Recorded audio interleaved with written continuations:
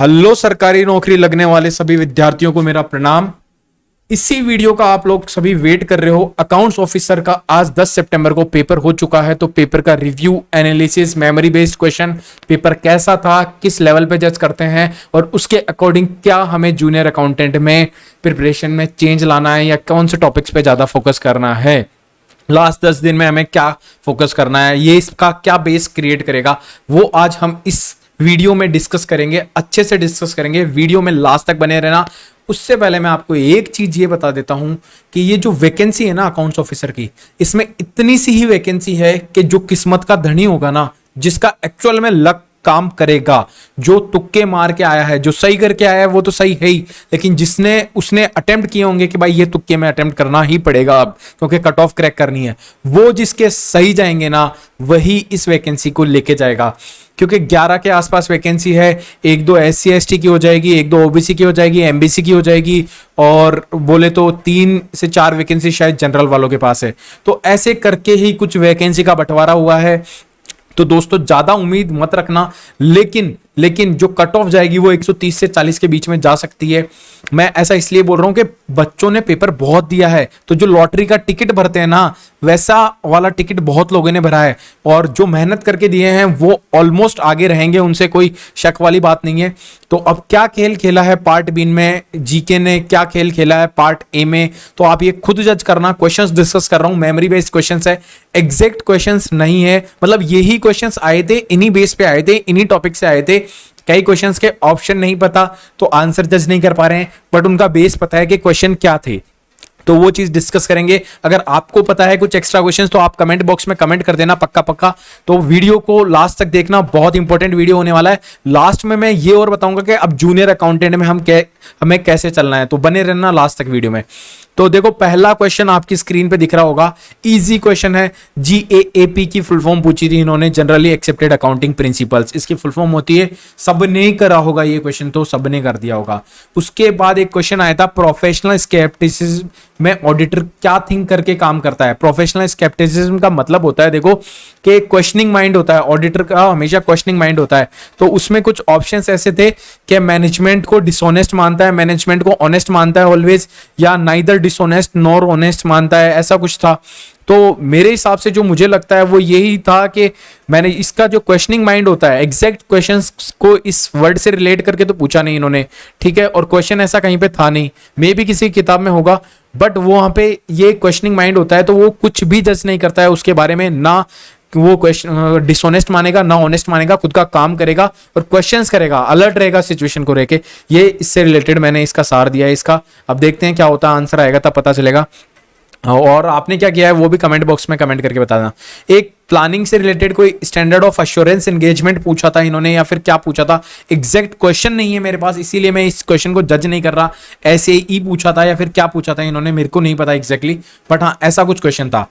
एक क्वेश्चन आया था कि शेयर्स इशू कर दिए गए हैं, फिर पेड अप शेयर कैपिटल दे रखी है उनमें से, फिर उसकी कॉल्ड अप शेयर कैपिटल दे रखी है, और फिर वहां से क्वेश्चन बन के पूछा था कुछ कॉल्ड अप शेयर कैपिटल से रिलेटेड था या पेड अप शेयर कैपिटल से रिलेटेड। अगर आपको एग्जैक्ट क्वेश्चन पता है तो मुझे एग्जैक्ट क्वेश्चन कमेंट बॉक्स में कमेंट करके बता देना। एक क्वेश्चन था कि बैलेंस शीट, ये क्वेश्चन थोड़ा सा देखो मोनोटोनस क्वेश्चन है, लेकिन इसका आंसर कैसे देके आना था आपको मैं थोड़ा सा बता देता हूं। बैलेंस शीट किस पे बनती है, शेड्यूल 3 पे बनती है, हम सब जानते हैं एज पर कंपनीज एक्ट 2013। तो बैलेंस शीट शेड्यूल 3 पे बनती है, बट ये शेड्यूल 3 था ना, ये ऑप्शन में ही नहीं था, ऑप्शन में शायद 5, 6, 7, 8 ऐसे कुछ ऑप्शंस थे, आई डोंट नो, बट वहां पे अगर आप कुछ ऑप्शन में जज करके आ सकते थे तो वो था शेड्यूल 6 पार्ट 1। ये ऑप्शन अगर आपने चूज किया है तो प्रोबेबली 99% आपका आंसर सही होगा, ठीक है। बट यहाँ पे ये मोनोटोनस क्वेश्चन था, देखो इन्होंने गलती करी है, अब इसका क्या करेंगे ये लोग पता नहीं, बट ये जो रिप्रेजेंटेशन और डिस्क्लोजर रिक्वायरमेंट जो था पहले वाले कंपनीज एक्ट के अकॉर्डिंग, वो शेड्यूल 6 में ही करते थे हम, ठीक है, पार्ट 1 में। इसके अलावा एक कुछ कैपिटल एक्सपेंडिचर या फिर रेवेन्यू एक्सपेंडिचर उससे रिलेटेड कोई कैपिटलाइजेशन बेस पे क्वेश्चन था, एग्जैक्ट नहीं पता क्या था। एक विंडो ड्रेसिंग से रिलेटेड आया था, अगर यहाँ पे ऑप्शंस मुझे पता चल जाते तो मैं डेफिनेटली यहाँ पे इसका आंसर बता देता। विंडो ड्रेसिंग किस काम में आती है? विंडो ड्रेसिंग मतलब कि हम कुछ ऐसा करते हैं जिससे ना प्रॉफिट या under reporting, over reporting income, उसको एडजस्ट करते हैं, उसको सही करते हैं, उस चीज को हम दोबारा फाइनेंशियल स्टेटमेंट को सही करते हैं, उससे हमें फायदा होता है, उसको बोलते हैं विंडो ड्रेसिंग। एक प्रोविजन ऑफ टैक्स से रिलेटेड कुछ बैंक में था, एग्जैक्ट नहीं पता क्वेश्चन भी क्या था एग्जैक्ट ये भी नहीं पता, और क्या आंसर था उसका, मतलब ऑप्शन क्या था ये भी नहीं पता, तो हम जज भी नहीं कर पा रहे इसको क्या था। अगर आपको पता है तो डेफिनेटली कमेंट बॉक्स में कमेंट कर देना। मैं आगे बहुत सारे क्वेश्चंस के एग्जैक्ट आंसर भी बताऊंगा आपको। एक क्वेश्चन था कि higher authority of tax administration कौन सी होती है, इनकम टैक्स एडमिनिस्ट्रेशन में सबसे हायर अथॉरिटी कौन सी होती है।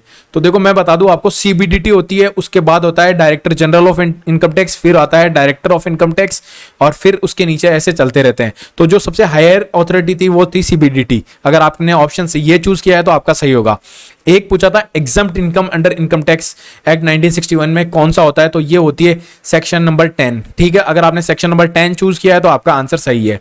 एक था टैक्स रेट किस में डिफाइंड है, तो देखो गाइस हमने भी क्वेश्चन डिस्कस किया था जो पीएसयू के पेपर्स डिस्कस कर रहे थे, मैंने बोला था ये बार बार में दोनों पीएसयू के पेपर में डिस्कस किया है हमने, तो ये इंपॉर्टेंट था क्वेश्चन, और ये आज गया है एओ के एग्जाम में, फाइनेंस एक्ट में डिफाइंड होती है। ठीक है, donation to PM relief fund, इसका कौन सा सेक्शन था, सेक्शन पूछा था, एटीजी दे रखा था, एटीजीजी दे रखा था, ऐसे सिमिलर से सेक्शन थे, इसका सेक्शन होता है एटीजी। अगर आपने एटीजी किया है तो आपका क्वेश्चन ठीक है। अगला है फ्लोट मैनेजमेंट से रिलेटेड क्वेश्चन था। फ्लोट मैनेजमेंट फाइनेंशियल मैनेजमेंट में आता है, फाइनेंशियल मैनेजमेंट में भी वर्किंग कैपिटल मैनेजमेंट में एक टॉपिक है, उसमें है, तो उसमें है ना कैश मैनेजमेंट से रिलेटेड होता है फ्लोट मैनेजमेंट। अगर किसी ने रिसीवेबल मैनेजमेंट किया है तो रिसीवेबल नहीं होता, रिसीवेबल होता है ट्रेड और क्रेडिट मैनेजमेंट। तो ये आपका गलत हो जाएगा अगर आपने यहाँ पे रिसीवेबल मैनेजमेंट कर दिया होगा, फ्लोट को समझ के रिसीवेबल में ले गए होंगे। तो यहाँ पे इसका करेक्ट आंसर है कैश मैनेजमेंट, इसका करेक्ट आंसर है। तो बढ़ते हैं नेक्स्ट क्वेश्चन की तरफ। गाइस अगर एफर्ट्स अच्छे लग रहे हो तो प्लीज वीडियो को लाइक और शेयर करते रहा करो यार, आपका सपोर्ट की बहुत ज्यादा नीड है मेरे को, मोरल बूस्ट होता है। ठीक है, और संगणक कंप्यूटर के लिए या फिर एएसओ के लिए हम कोर्स लॉन्च करने की पूरी प्लानिंग कर चुके हैं, अच्छे से कोर्स लॉन्च करेंगे। और देख लो ना आप, अगर ये जूनियर अकाउंटेंट का पेपर देखोगे ना तो आपका ट्रस्ट बिल्ड हो जाएगा हमारे ऊपर कि यार ये इंसान सही बोलते थे, ये टीचर हमेशा सही बोला था कि कौन से टॉपिक से कितने क्वेश्चन आते हैं। एक क्वेश्चन था रिलेवेंस थ्योरी से रिलेटेड, एग्जैक्ट क्वेश्चन नहीं पता, बट जहां तक ऊपरी मुझे पता चला है तो वो उसका आंसर शायद नेट इनकम अप्रोच था। तो आप जज कर लेना क्या क्वेश्चन था, प्रोबेबली नेट इनकम अप्रोच उसका करेक्ट आंसर था। एक था प्रॉफिट और वेल्थ मैक्सिमाइजेशन कैसे करी जाती है, तो WACC weighted average cost of capital को इंक्रीज करके है, इक्वल रख के या फिर मिनिमाइज करके। जब आप WACC को मिनिमाइज करते हो ना तभी आपकी वैल्यू बढ़ती है, वेल्थ मैक्सिमाइज होती है। ठीक है, तो WACC को मिनिमाइज करके। ठीक, अगला क्वेश्चन था AS14 अकाउंटिंग स्टैंडर्ड 14। मैं बार में बोल रहा था एक क्वेश्चन फिक्स है यहां पे जूनियर अकाउंटेंट में, हर जगह देखो नंबर तो हर क्वेश्चन में आप लेके चलोगे ना कि भाई 2 नंबर यहां जुगाड़ने, 2 नंबर यहां जुगाड़ने, तब जाके आप उस वैकेंसी की मेरिट लिस्ट को क्रैक करोगे। ठीक है, तो आपको हर चीज का ध्यान रखना है। AS14 किससे रिलेटेड था, अमलगमेशन से। लास्ट PSU के पेपर में ही डिस्कस किया था, बताया भी था मैंने कि AS14 किससे रिलेटेड होता है, अमलगमेशन से related. Existing companies liquidate in existing company, अब यहां पे ना क्वेश्चन एग्जैक्ट नहीं पता, क्वेश्चन एग्जैक्ट नहीं पता, इसीलिए मैंने 2 आंसर लिए हैं, या तो एब्जॉर्प्शन आंसर होगा या अमलगमेशन आंसर होगा। 2 एग्जिस्टिंग कंपनीज जो लिक्विडेट हुई है और वो या तो एग्जिस्टिंग कंपनी में फॉर्म हो रही है तो क्या आंसर होगा, और अगर न्यू कंपनी फॉर्म हो रही है, एग्जिस्टिंग कंपनीज लिक्विडेट हुई है और न्यू कंपनी फॉर्म हो रही है तो उसका करेक्ट आंसर हो जाएगा अमलगमेशन। लेकिन अगर वो एग्जिस्टिंग कंपनी ही है तो वो एब्जॉर्प्शन हो जाएगा। ठीक है, तो आपको ये चीज समझनी है, मेरे को एग्जैक्टली क्वेश्चन की लास्ट लैंग्वेज नहीं पता। ठीक है, तो इसीलिए मैं इसको अभी ये 2 ऑप्शन में छोड़ रहा हूं, एब्जॉर्प्शन या अमलगमेशन इसका करेक्ट आंसर होगा। ट्रांसफरर कंपनी, ट्रांसफरर कंपनी कौन सी होती है, जो खुद को ट्रांसफर करती है। ठीक है, जो ट्रांसफर कर लेती है, तो उसका करेक्ट आंसर था अमलगमेटिंग कंपनी। अमलगमेटिंग कंपनी मुझे एग्जैक्ट ऑप्शंस भी नहीं पता, बट हाँ अमलगमेटिंग ऑप्शन में था प्रोबेबली, या फिर ट्रांसफर कंपनी ऑप्शन में था। इन दोनों में से कुछ एक चीज ऑप्शन में थी, तो इन दोनों में से आंसर था। आप इंटरचेंज करके देख लेना जिसने भी आंसर दिया है या फिर जिसने पेपर दिया है वो। अब first auditor of company is appointed with in 30 days of incorporation, with in 30 days of commencement of business, ऐसे कुछ ऑप्शंस थे। तो इसका करेक्ट आंसर होता है with in 30 days of registration यानी इनकॉर्पोरेशन, इसका करेक्ट आंसर हो जाएगा with in 30 days of incorporation. बढ़ते हैं नेक्स्ट क्वेश्चन की तरफ। देखो 60 क्वेश्चन में से 20 क्वेश्चन तो डिस्कस कर चुके हैं हम अभी तक। Auditing starts when dash ends, आप खुद भी जज करते रहना और मैं भी बता रहा हूं, व्हेन अकाउंटिंग एंड्स। ये क्वेश्चन फेवरेट मोस्ट क्वेश्चन है, हमने भी डिस्कस किया है। आपने अगर पहले वाले फाइनेंशियल अकाउंटिंग के लेक्चर्स देखे होंगे तो हमने भी ये क्वेश्चन डिस्कस किया है। Auditing starts when dash ends, accounting ends. ठीक है, मटीरियल रीऑर्डर लेवल का यहाँ पे इन्होंने फॉर्मूला पूछा था, तो उस फॉर्मूले में दे रखा था, क्या दे रखा था, मैक्सिमम रीऑर्डर पीरियड दे रखा था और यहाँ पे डैश कर रखा था इन्होंने। तो अब यहाँ पे ना ऑप्शंस में यहाँ पे मैक्सिमम कंजम्पशन दे रखा था, मैक्सिमम कंजम्पशन रेट दे रखा था। ठीक है। बेसिकली जो लैंग्वेज होती है ना वो मैं आपको बता देता हूं, लैंग्वेज मटेरियल और रीऑर्डर लेवल की होती है, maximum usage into maximum reorder period. तो मैक्सिमम यूजेज को हम मैक्सिमम कंजम्पशन भी बोल सकते हैं। तो इसका करेक्ट आंसर हो जाता है आपका मैक्सिमम कंजम्पशन। अगर आपने मैक्सिमम कंजम्पशन किया है तो आपका ये करेक्ट आंसर होगा। एक था combination of functional budget and other budget. मेरे को बार बार में ये चीज बोलनी पड़ रही है गाइस, हमारे वीडियो क्यों यूजफुल हो रहे हैं, वो इसलिए हो रहे हैं कि क्वेश्चंस रिपीट भी हो रहे हैं, पास्ट ईयर्स के ही क्वेश्चंस कर रहे हैं और पीएसयू एग्जाम्स के फेवरेट क्वेश्चंस हम कर रहे हैं। ये क्वेश्चन डॉट सिमिलर क्वेश्चन या सेम क्वेश्चन हमने किया था लास्ट वीडियो में। लास्ट वीडियो जाके देखो, मैं झूठ नहीं बोल रहा, पहले से अपलोडेड है, पेपर तो आज हुआ है। और इनमें से है ना आपको कम से कम 4 से 5 क्वेश्चन तो हमने लास्ट के 2-3 वीडियो में जो किए हैं ना उन्हीं में से मिल जाएंगे आपको, मैं डेफिनेटली बोल रहा हूं ये चीज, ठीक है। तो इसका करेक्ट आंसर था मास्टर बजट। आपको मिलेगा ये फंक्शनल बजट से रिलेटेड, लास्ट वीडियो में हमने क्वेश्चन डिस्कस किया था, उसका करेक्ट आंसर था मास्टर बजट। मैं इस वीडियो में एक और चीज बताता हूं, कॉस्टिंग से बहुत क्वेश्चन पूछे गए हैं। एक्चुअल में कॉस्टिंग से बहुत ज्यादा क्वेश्चन पूछे गए हैं, देखते रहना आप, पहले भी पूछ लिए और अभी भी देखो। प्रिंटिंग प्रेस में कौन सी कॉस्टिंग अप्लाई होती है, तो वहां पे अप्लाई होती है जॉब कॉस्टिंग अप्लाई होती है, ठीक है। जॉब कॉस्टिंग जिसने भी किया होगा उसका ठीक होगा। जॉब कॉस्टिंग फॉर लॉन्गर, अगर जॉब कॉस्टिंग है अगर वो लॉन्गर पीरियड में कन्वर्ट हो जाए तो उस चीज को हम क्या बोलते हैं, उसको हम बोल देते हैं कॉन्ट्रैक्ट कॉस्टिंग, ठीक है। जो भी कोई भी एक पर्टिकुलर जॉब होती है वो दी जाती है, अगर वो लॉन्ग ड्यूरेशन के लिए चले तो उस चीज को बोल दिया जाता है कॉन्ट्रैक्ट कॉस्टिंग। ऑयल रिफाइनरीज में कौन सी कॉस्टिंग होती है, ये जितना पोर्शन है ना, जितना पोर्शन, इनको आप इस पर्टिकुलर सब्जेक्ट से इन पर्टिकुलर टॉपिक से रिलेट मत करना, ये सारा समझाया गया है इंट्रोडक्शन टू कॉस्टिंग वाले चैप्टर में। स्टार्टिंग जो फर्स्ट चैप्टर होता है ना कॉस्टिंग का, तो आप ये मान लेना कि फर्स्ट चैप्टर ही आपका रामबाण है, फर्स्ट चैप्टर आपको करना ही करना है, ठीक है। ऑयल रिफाइनरी से रिलेटेड क्वेश्चन था, तो ऑयल रिफाइनरी मतलब प्रोसेस कॉस्टिंग में अप्लाई होता है, ठीक है। ऑयल रिफाइनरी किसमें, तो प्रोसेस कॉस्टिंग।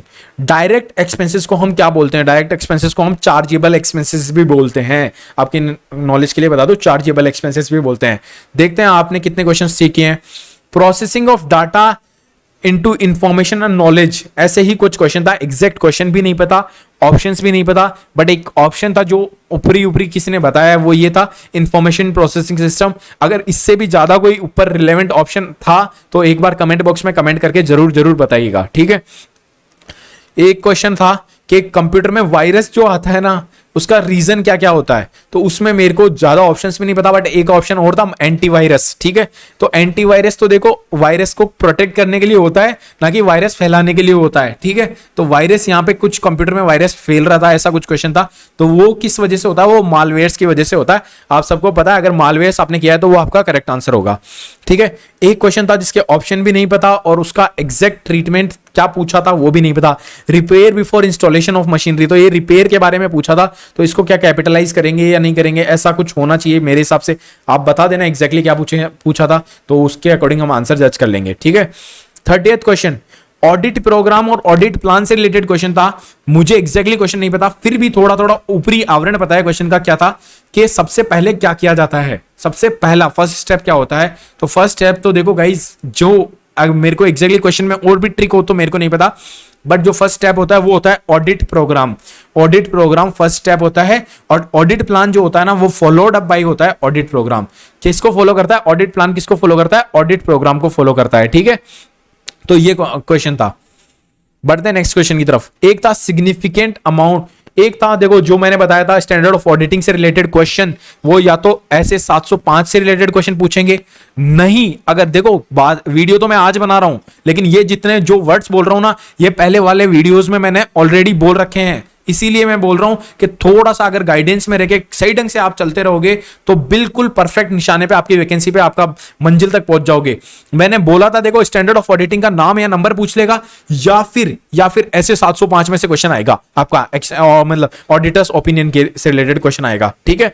तो ये देखो सिग्निफिकेंट अमाउंट था एक उसमें जो भी उन्होंने दे रखा था क्वेश्चन में, वहां पे कुछ बोल रहा था कि वो जो अमाउंट है वो सिग्निफिकेंट है और वहां पे उसका मटेरियलिटी ऑफ स्कोप बहुत हाई है, तो उसमें कौन सा ओपिनियन दोगे। तो इन दो वर्ड से तो ऊपरी ऊपरी हम यही जज कर पाएंगे, एडवर्स ओपिनियन देना चाहिए वो, ठीक है। बाकी और कुछ भी क्या लैंग्वेज थी उसकी एग्जैक्ट क्वेश्चन की, उस बेस पे जज कर पाएंगे कि एडवर्स वो डिस्क्लेमर ऑफ ओपिनियन भी जा सकता है क्या, बट यहां ऊपरी ऊपरी हम फर्स्ट प्रायोरिटी में एडवर्स ओपिनियन इसका करेक्ट आंसर मानेंगे।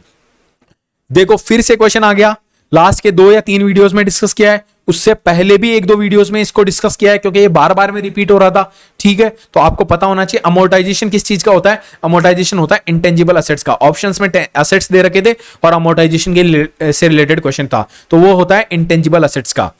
सीक्रेट रिजर्व से रिलेटेड एक क्वेश्चन था, मुझे नहीं पता क्या क्वेश्चन क्या था, बट जितना मैं जानता हूं उतना मैं बता देता हूं आपको कि इंश्योरेंस कंपनीज और फाइनेंशियल इंस्टीट्यूशंस बनाते हैं। शायद ये पूछा था सीक्रेट रिजर्व कौन सी कंपनीज को बनाते हैं, नहीं पड़ती, तो इंश्योरेंस कंपनीज और फाइनेंशियल इंस्टीट्यूशन को बनाते हैं। अगर ये ऑप्शन में था तो एक बार कंफर्म कर देना, और अगर नहीं था तो क्या आंसर आपने करके आए और क्या आपको लग रहा है क्या करेक्ट आंसर था, तो वो भी बता देना।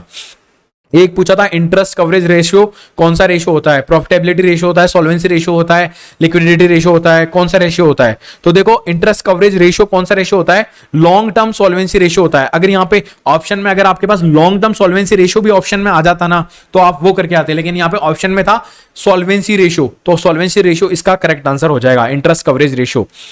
एक क्वेश्चन था 2 और मोर ऑडिटर्स आर अपॉइंटेड, 2 और मोर ऑडिटर्स अपॉइंट होते हैं किसमें, किसमें होते हैं, जॉइंट ऑडिट में। एसएस 299 में इसका ऐसे था स्टैंडर्ड ऑफ ऑडिटिंग, लेकिन ऑप्शन में हमें जॉइंट ऑडिट पूछी थी इन्होंने, तो जॉइंट ऑडिट इसका करेक्ट आंसर हो जाता। एक जीएसटी से रिलेटेड क्वेश्चन था, क्वेश्चन क्या था कि जीएसटी में क्या क्या आता है, तो वहां पे ऑप्शंस में दे रखा था सीजीएसटी, आईजीएसटी, यूटीजीएसटी और क्या बचा एसजीएसटी, और बाकी एक ऑप्शन दे रखा था एजीएसटी। तो सीजीएसटी में जीएसटी में कौन सा इंक्लूड नहीं होता ये पूछा था, तो बाकी सब तो इंक्लूड थे, सीजीएसटी, एसजीएसटी, यूटीजीएसटी, आईजीएसटी, ये एजीएसटी इंक्लूड नहीं करते, तो ये इसका करेक्ट आंसर हो जाता। स्पेयर पार्ट्स को वैल्यू करते हैं किस पे, तो ऑप्शंस क्या थे, क्या पूछा था, क्या ऑप्शंस थे, थोड़ा सा ऑप्शंस मुझे पता है, जेआईटी वगैरह पूछा था इन्होंने, कोई काइजन वगैरह, कॉस्टिंग से रिलेटेड, सीए फाइनल के कुछ रिलेटेड ऑप्शंस थे, तो उसी बेस पे हम ऑप्शन बेस पे हम जज कर पाएंगे कि इन्होंने क्या पूछा है, बेसिकली पूछा क्या है, इनका इंटेंशन क्या था। और जो पार्ट ए में से मैं सेकंड लास्ट क्वेश्चन आइडेंटिफाई कर पाया हूं आज का, मींस वो है पेरेटो एनालिसिस के बेस पे था, सीए फाइनल का टॉपिक है। ठीक है, कॉस्टिंग में है, 80-20 रूल पे है, और स्टैंडर्डाइज जो कॉमर्स का सिलेबस होता है, जो भी accounts officer, head of finance और इनके लिए होता है, उनमें ये टॉपिक पूछा जाता है। 80-20 रूल है। ऑप्शंस क्या थे, क्या पूछा था, पेरेटो एनालिसिस से रिलेटेड कुछ नहीं पता, बट पेरेटो एनालिसिस से क्वेश्चन था। ठीक है, तो आप एक बार जज कर लेना क्या ऑप्शंस थे, बता भी देना, बच्चों की हेल्प कर देना जो भी पेपर देके आए हैं जिनको याद है। एक क्वेश्चन था टैक्स एग्जम्पशन से रिलेटेड, कुछ न्यू कंपनी से रिलेटेड या टैक्स प्रोविजन से रिलेटेड था, मे भी उसका टैक्स हॉलीडे ऑप्शन में था या और भी क्या ऑप्शन में था, तो रिलेवेंट आंसर क्या होगा, ऊपरी ऊपरी टैक्स हॉलीडे है, बाकी आप बता देना क्वेश्चन में। देखो यहाँ पे ये मेमोरी बेस्ड चल रहा है सब कुछ, तो आप ये मेरे पे ब्लेम मत करना कि सर आपने आंसर तो बताए नहीं पूरे पूरे। तो देखो जो ऑप्शंस है, जो मेरे को लग रहा है ऊपर ऊपर से क्या एक्यूरेसी हो सकती है वो मैंने बताया, बाकी बहुत सारे क्वेश्चंस के आंसर मैंने एग्जैक्ट ही बताया। जैसे इंटरेस्ट कवरेज रेशियो सॉल्वेंसी ही रेशियो होगा, इसका आंसर यही था, ऑप्शन भी पता था, ये इसका आंसर जॉइंट ऑडिट ही होगा, इसका आंसर एजीएसटी ही होगा, क्योंकि बाकी सब इंक्लूड थे, इसीलिए यहां पे इसका आंसर नहीं पता अपन को। अमोर्टाइजेशन इंटेंजिबल एसेट्स का ही करते हैं और वही ऑप्शन में था, तो ये कई आंसर एग्जैक्ट पता है, कई आंसर हमारे पास ऑप्शंस नहीं पता, एग्जैक्ट क्या होगा ये नहीं पता, उस बेस पे जज करें। बढ़ते हैं पार्ट बी की तरफ। पार्ट ए को आपने कैसे जज किया है वो मेरे को आप कमेंट करके बताना, जो पेपर देके आए हैं उनको कैसा लगा है पार्ट ए वो भी कमेंट करके बताना। बट मैं एक चीज बता देता हूं, 130 से 140 तो आप नंबर मान के ही चलो कुल मिला के, ओवरऑल सही बता रहा हूं। अगर वहां तक पहुंच रहे हो ना तो कोई उम्मीद कर लेना, कोई चांस क्रिएट कर लेना कि हाँ भाई वैकेंसी में नंबर आ सकता है। इस पेपर को मैं इजी भी नहीं जज करूंगा, टफ भी जज नहीं करूंगा, मॉडरेट भी जज नहीं करूंगा, इसको मैं एक अबव एवरेज वाला जो बोलते हैं ना, मींस अबव एवरेज नहीं, इजी टू एवरेज के बीच वाला जो बोलते हैं ना कि भाई एवरेज तक भी जा रहा है, क्योंकि सीए फाइनल के भी कुछ टॉपिक्स पूछे हैं और 39 क्वेश्चंस के अलावा बाकी जो 21 क्वेश्चंस है वो कैसे थे उसका हमें कुछ आइडिया नहीं है अभी फिलहाल। बच्चों को पता होगा जिन्होंने पेपर दिया है, तो वो ज्यादा अच्छे से बता सकते हैं कि भाई अगर मान लो ये 39 क्वेश्चन में हम जज कर रहे हैं कि भाई पेपर इजी था, लेकिन बाकी 21 क्वेश्चन में इनकी लगा दी हो, मार दी हो अच्छे से, वाट लगा दी हो, तो फिर किसको क्या पता, फिर तो पेपर टफ हो जाता है। So we never know. और देखो मैं बताता हूं, Pareto analysis, spare parts, tax exemption, ये थोड़े क्वेश्चंस इतने इजी नहीं है। जैसे सीक्रेट रिजर्व वाला क्वेश्चन हो गया, ये इजी नहीं है, तो उस बेस पे जज नहीं कर पा रहे। बढ़ते हैं पार्ट बी की तरफ विदाउट वेस्टिंग टाइम।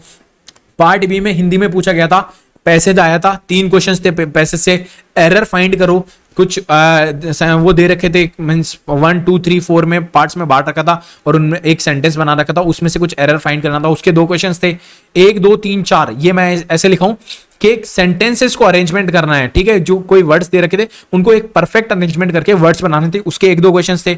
एक पूछा था कि कौन सा गलत है, कौन वाक्य दे रखा था उसमें से कोई सा वाक्य गलत था, कंप्लीट वाक्य गलत था, शायद वो क्वेश्चन था। तो ऐसे करके इसके 7-8 क्वेश्चंस बने थे, 8 क्वेश्चंस थे एग्जैक्टली हिंदी के, इंग्लिश के। और ये और बता दूं, पार्ट बी में कोई भी वो नहीं था, पैटर्न नहीं था, कहीं हिंदी का क्वेश्चन पूछ रहे, कहीं इंग्लिश का क्वेश्चन पूछ रहे, कहीं मैथ्स का, कहीं जीके का, कहीं रीजनिंग का। तो आप ये उम्मीद करके मत जाना कि पहले हिंदी के कर लूंगा, पहले इंग्लिश के कर लूंगा, पहले ये और पहले तो मैं जीके को कंप्लीट कर दूंगा। वैसे स्ट्रेटेजी हमारी यही थी जो मैंने बताई थी कि पहले जीके के क्या होता है कि हमें आएगा तो आएगा, नहीं तो नहीं आएगा, तो जीके के सारे क्वेश्चन पढ़ देना 20 मिनट के अंदर अंदर। तो पहले ये स्ट्रेटेजी थी। लेकिन अभी ये जो ऊट पटांग चल रहा है इसमें जो आपको आए वैसे आप अपनी स्ट्रेटेजी बनाना, मैं फिर आगे आपको और भी कुछ बताऊंगा। इंग्लिश में क्वेश्चन था, एरर फाइंड करने थे, फिल इन द ब्लैंक्स के और सेंटेंस फ्रेमिंग के, almost fill in the blanks के क्वेश्चन थे। तो आप देख लेना कैसे क्वेश्चंस आते हैं, प्रैक्टिस कर लेना अच्छे से और कमांड बना के रखना, क्वेश्चंस यहीं से आएंगे और आपको नंबर लेके जाने हैं।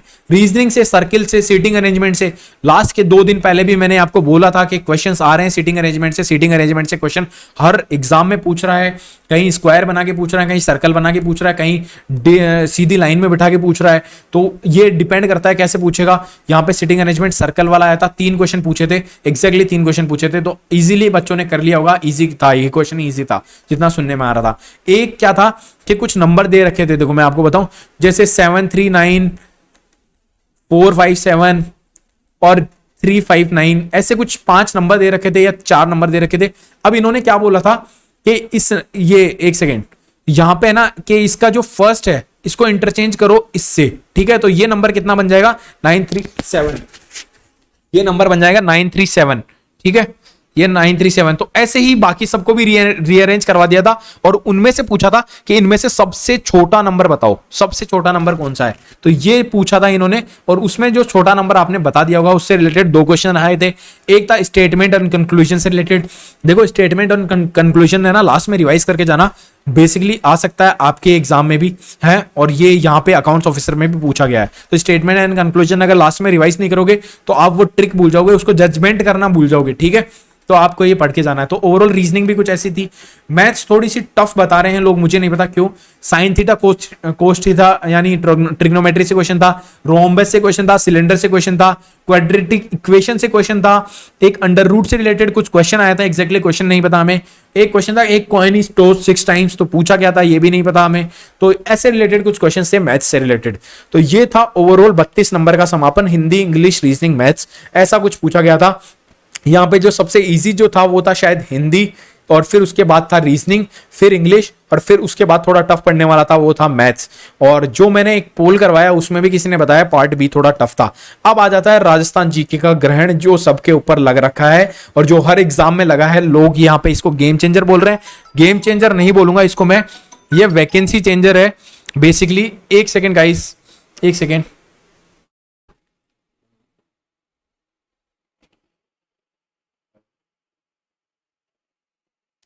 हेलो, आवाज आ रही है यार? मेरे को लग रहा नहीं है कि आवाज सही रिकॉर्ड हो रही है या नहीं हो रही, इसीलिए थोड़ा सा प्रॉब्लम हुई है। तो दोस्तों बढ़ते हैं जीके की तरफ। जीके जल्दी से जल्दी डिस्कस कर लेते हैं, मेरे पास फोन आ रहा है, किसी को लेने जाना है, इसीलिए शायद मैं डिस्टर्ब भी हो गया। जीके के 48 क्वेश्चन थे, जल्दी जल्दी डिस्कस कर रहा हूं। किस लेवल पे जीके आई थी? डिस्ट्रिक्ट जो अंतरराज्यीय और अंतरराष्ट्रीय दोनों सीमा से मिलता है वो उसमें ऑप्शंस में था, शायद श्री गंगानगर ऑप्शन में था और वही डिस्ट्रिक्ट है। एक था जिसकी बाउंड्रीज एमपी और गुजरात दोनों से मिलती है, वो था बांसवाड़ा। भरतपुर से रिलेटेड कोई क्वेश्चन था, उसका शायद संस्थापक क्या पूछा था पता नहीं, सूरजमल जाट उसका करेक्ट आंसर था। एक मेवाड़ के प्रजामंडल से रिलेटेड क्वेश्चन पूछा था। एक पंचायती राज से रिलेटेड क्वेश्चन पूछे थे। पंचायती राज से रिलेटेड एक क्वेश्चन नहीं था, 2 से 3 क्वेश्चन था। टॉपिक इंपॉर्टेंट है पंचायती राज, ठीक है, पढ़ लेना। राजस्थान का एरिया पूछा था 3,42,239, अगर एग्जैक्ट पूछा हो तो 3,42,239.74, ठीक है, अगर एग्जैक्ट आया हो तो। वैसे ये था आंसर, ठीक है। सबसे ज्यादा गेहूं कौन से डिस्ट्रिक्ट में पाया जाता है, या स्टेट पूछा था, क्या पूछा था पता नहीं, ठीक है। गणेश्वर सभ्यता कहां है, तो वो सीकर में है, आप सभी को पता होगा। पुष्कर झील कहां है, अजमेर में है। जालोर का युद्ध कौन सी किताब में दिया गया है, ऐसा कुछ था। एक यूनिफिकेशन एकीकरण है, डेफिनेटली इंपॉर्टेंट टॉपिक है, हर एग्जाम में पूछा गया, अय्यन जयन हर जगह पूछा है। तो 2 क्वेश्चन यहां से मान लेना, क्या क्वेश्चन था मुझे एग्जैक्टली नहीं पता। एक टेम्परेचर से रिलेटेड क्वेश्चन था, एक बारिश कितनी कहां होती है वो उससे रिलेटेड क्वेश्चन था, वो कोई जगह का नाम भी दे रखा था। तो बारिश बहुत ही क्लोज फिगर्स थे। देखो इन क्वेश्चन से आप जज कर पा रहे होंगे, इजी नहीं था, टफ था, पार्ट टफ था ये। टेम्परेचर पूछ लिया टफ, बारिश से रिलेटेड पूछ लिया टफ, ठीक है। एकीकरण से तो इजी होता है क्योंकि एकीकरण इंपॉर्टेंट टॉपिक है। सबसे ज्यादा गेहूं, ये जो पढ़ रखा होगा वही बता पाएगा। अकबर का विवाह, ये क्वेश्चन इंपॉर्टेंट था, जो पढ़ रखा होगा वही बताएगा। सांबर में हुआ था, किसने करवाया था, वो भगवंत दास क्या था या भागरमल ऐसे कुछ था, कुछ क्वेश्चन में ऐसे था। एक था रवेती में कंपटीशन, खेती में, सॉरी मैं खुद की लैंग्वेज नहीं समझ पा रहा हूँ है, बिकॉज यहाँ पे ये पेन टेप से लिखने में थोड़ी दिक्कत होती है, तो मैं हिंदी लिखा हूँ यहाँ पे, तो उससे रिलेटेड प्रॉब्लम होती है। और मैं एक और चीज बता दूं कि जीके, राजस्थान जीके अवेलेबल नहीं थी ना इंग्लिश में, इसीलिए लोगों को प्रॉब्लम हुई, इसीलिए उन्होंने पार्ट बी में हिंदी को चूज किया, डिफॉल्ट लैंग्वेज हिंदी को चूज किया वहां पे, इसीलिए मैं हिंदी में क्वेश्चन यहाँ पे लिखा हूं। खेती में कंपटीशन रिलेटेड कुछ क्वेश्चन था, मतलब ये सर्वे से रिलेटेड कुछ क्वेश्चन था। अमेरिका ने टोक्यो ओलंपिक्स में कितने गोल्ड मेडल जीते हैं, तो ओलंपिक्स से रिलेटेड एक क्वेश्चन नॉर्मली पूछा जा रहा है, ओलंपिक्स का ध्यान होना चाहिए। 36 गोल्ड मेडल जीते हैं अमेरिका ने। एशेज सीरीज से रिलेटेड, क्रिकेट से रिलेटेड क्वेश्चन था, एशेज सीरीज किस किस के बीच में होती है और ये इसका किसके बारे में जाना जाता है, वो होता है इंग्लैंड वर्सेस ऑस्ट्रेलिया। जो क्रिकेट के प्रेमी हैं, जो भावुक इंसान है, जो सब कुछ जानता है, वो बता देगा इसका। यूएन का सेक्रेटरी जनरल से रिलेटेड क्वेश्चन था, या किससे रिलेटेड था, यूएन का सबसे टॉप मोस्ट हेड कौन होता है, तो अभी वो है एंटोनियो गुटरेस, ठीक है, एंटोनियो गुटरेस है। इससे पहले बान की मून थे, बान की मून भी ऑप्शन में था, बान की मून करके आए हो तो गलत है, ठीक है। बान की मून 2016 में ही छोड़ गए थे, ठीक है। उसके बाद एंटोनियो गुटरेस ने संभाल रखा है। चित्तौड़गढ़ दुर्ग, सॉरी जल्दी बना रहा हूं वीडियो, कहीं पे जाना है, लेके आना है यार सीरियसली किसी को। चित्तौड़गढ़ दुर्ग को वर्ल्ड हेरिटेज में कब बदला जाता है, कब जोड़ा, तो वो 2013 में जोड़ा था चित्तौड़गढ़ दुर्ग को यूनेस्को ने, ठीक है, यूनेस्को से रिलेटेड था। जल रिलेटेड एक अवार्ड पूछा था, राजस्थान से रिलेटेड एक बुक पूछी थी, रिवर्स से रिलेटेड पूछा था, इकोनॉमिक सर्वे एंड बजट से रिलेटेड क्वेश्चन टफ थे। तो ओवरऑल अगर मैं जज करूं तो ये थोड़ा टफ पेपर था। जूनियर अकाउंटेंट में अब आपको कैसे पढ़ना है, इसकी स्ट्रेटेजी मैं दोबारा बाद में डिस्कस करूंगा। अभी मुझे जाना पड़ेगा क्योंकि बाहर कोई घंटी बजा रहा है एंड मुझे एक्चुअल में जाना पड़ेगा। यहां तक मैंने पेपर डिस्कस किया, आप मुझे कमेंट बॉक्स में कमेंट करके बताओगे कि पेपर किस लेवल पे था, किस लेवल पे आप जज करोगे। मैं इसको इजी भी बोल सकता हूं और इजी से थोड़ा ऊपर भी बोल सकता हूं, लेकिन पार्ट बी ने यहां पे पूरा मामला खराब कर देता है, क्योंकि जिसको जीके नहीं आती है, पार्ट ए आता है, तो वो जीके में बिल्कुल ही डामाडोल रहेगा यहाँ पे, क्योंकि क्वेश्चंस पढ़े लिखे इंसानों के लिए ही थे, बिना पढ़े लिखों के लिए क्वेश्चंस नहीं थे। इजी जीके होती भी नहीं है, लिमिटलेस जीके है। तो उसी अकॉर्डिंग आप मुझे बता देना कैसा रहा आपका पेपर, कैसा आपका एक्सपीरियंस रहा और आपकी तैयारी कैसी है, वो भी बताना। हम डिस्कस करेंगे आने वाले समय में थ्योरी बेस्ड क्वेश्चन। प्रैक्टिकल यहां पे बहुत कम देखने को मिला है, बहुत ज्यादा कम देखने को मिला है, तो इसीलिए आपको अब ज्यादा थ्योरी पे फोकस करना है।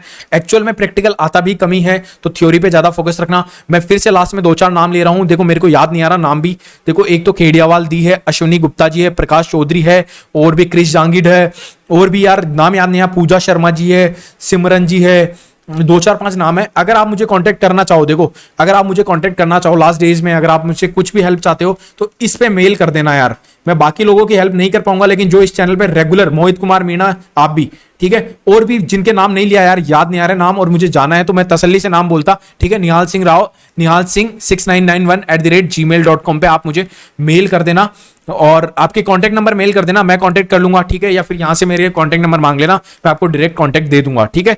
तो सबसे तो बात नहीं हो पाएगी, बट कुछ लोग हैं जो आप अगर मेल करोगे, मुझे नाम पता रहा, आप अपना नाम बता देना कि इस नाम से आप कमेंट करते थे, तो मैं ऑटोमेटिकली जज कर लूंगा, भाई हाँ ये डिजर्विंग कैंडिडेट था, इससे बात करनी जरूरी है, इसको लास्ट टाइम पे बताना जरूरी है, हर चीज बताना जरूरी है। तो आप बता देना।